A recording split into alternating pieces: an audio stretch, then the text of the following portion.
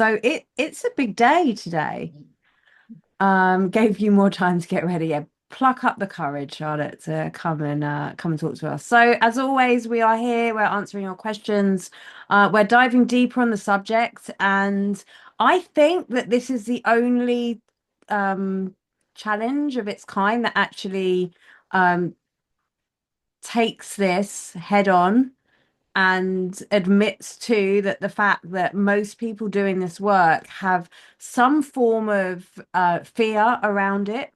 And actually, as we suggested in the video, fear can come up in these weird and wonderful ways.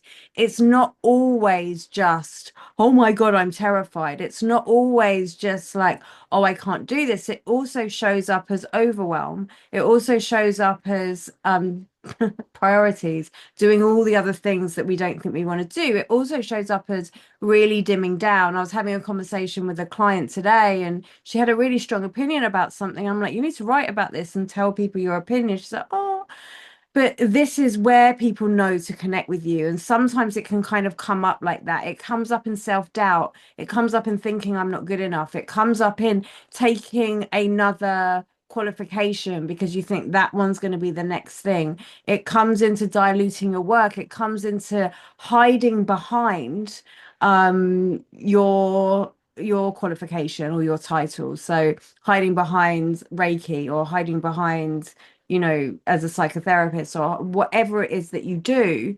this fear thing can come up in weird and wonderful ways. But I have a reframe. Anything you What's want your to say, reframe? Jess? Oh, you want to go? We reframing already. I sent this in the Enlightened Past group. I think it's really important.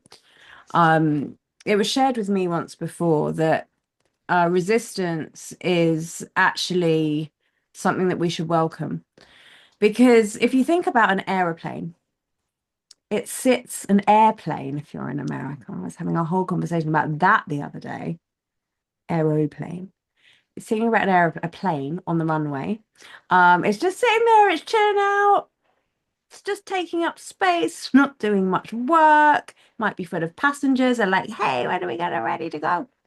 But it's not doing anything. It doesn't have its use. It's just there. And then, engines fire and, the pilot puts his foot on the gas or whatever he does. You'll know.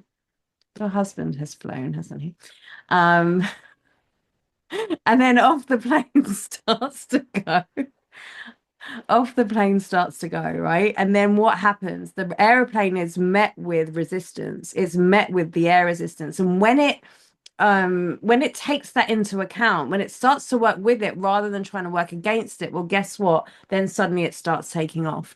So for me, whenever resistance comes in to the picture, and it does, trust me, it does, I look at that and go, okay, well, at least I'm creating momentum because resistance does mean that momentum has started. And if you've got to today and you're like, oh my God, I had one of you reach out to me yesterday and be like, oh my God, Mel.